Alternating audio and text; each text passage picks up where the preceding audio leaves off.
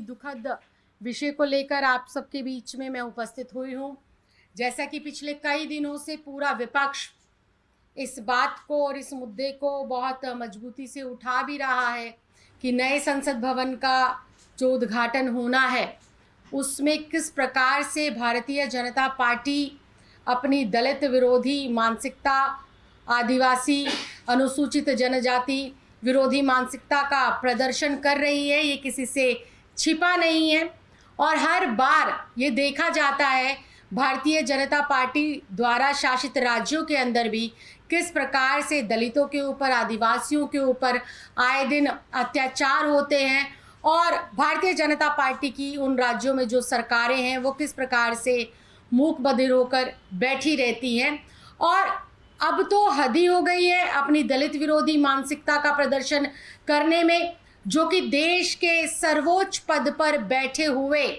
व्यक्तियों का भी अपमान, उस पद का भी अपमान इसलिए किया जा रहा है क्योंकि उस पद के ऊपर जो लोग आसीन हैं वो दलित हैं, वो आदिवासी हैं। जब नए संसद भवन का शिलान्यास किया जा रहा था तब उस वक़्त के तत्कालीन राष्ट्रपति श्री रामनाथ कोविंद जी को निमंत्रण नहीं दिया गया था, इस बात को दर्शाते हुए कि किसी भी प्रकार के पूजा पाठ में, किसी भी प्रकार के विधि विधान में या शुभ कार्यों में दलितों का उपस्थित होना इन लोगों को खलता नहीं है, इन लोगों को जो है अच्छा नहीं महसूस कराता है। और यही कारण था जब नए संसद भवन का शिलान्यास रखा जा रहा था, नए संसद भवन को बनाने की तैयारी की जा रही थी, तो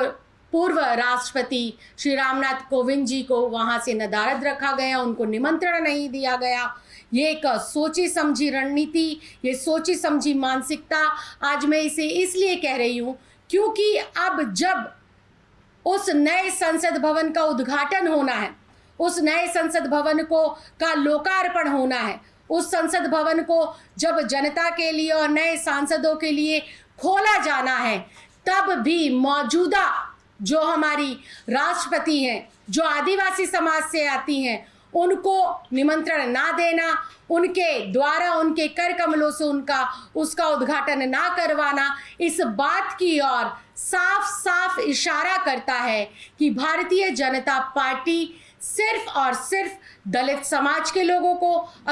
अनुसूचित जनजाति के लोगों को, आदिवासी समाज के लोगों को सिर्फ और सिर्फ एक वोट बैंक समझती है, वोट बैंक के लिए इनको पदों पर आसीन रखती है। लेकिन जब बड़े बड़े उद्घाटन होने चाहिए, जहां पर उनकी मौजूदगी कानून के तौर पर, संविधान के तौर पर और योग्यता और पद के हिसाब से उपस्थिति उनकी महत्वपूर्ण होनी चाहिए, तब उनको वहां पर नज़रअंदाज किया जाता है, बुलाया नहीं जाता है। मैं आज अपने तमाम मीडिया के बंधुओं के माध्यम से भारतीय जनता पार्टी को ये कहना चाहती हूँ कि आज जिस सत्ता में आप लोग बैठे हैं, अलग अलग राज्यों की सत्ता में जो आप बैठे हैं, वो दलित समाज के वोटों से, आदिवासी समाज के वोटों से, जनजाति जो पिछड़े वर्ग के लोग हैं उनके वोटों के उससे बैठे हुए हैं। और आज एक एक वोटर, आज इस देश का पूरा दलित समाज, पूरा आदिवासी समाज,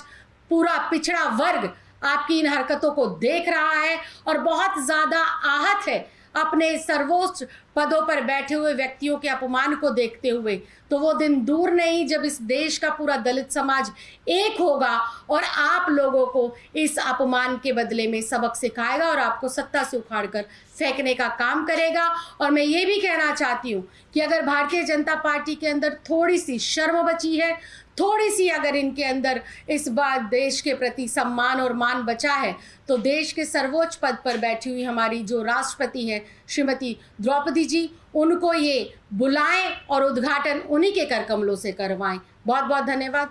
बहुत बहुत आभार।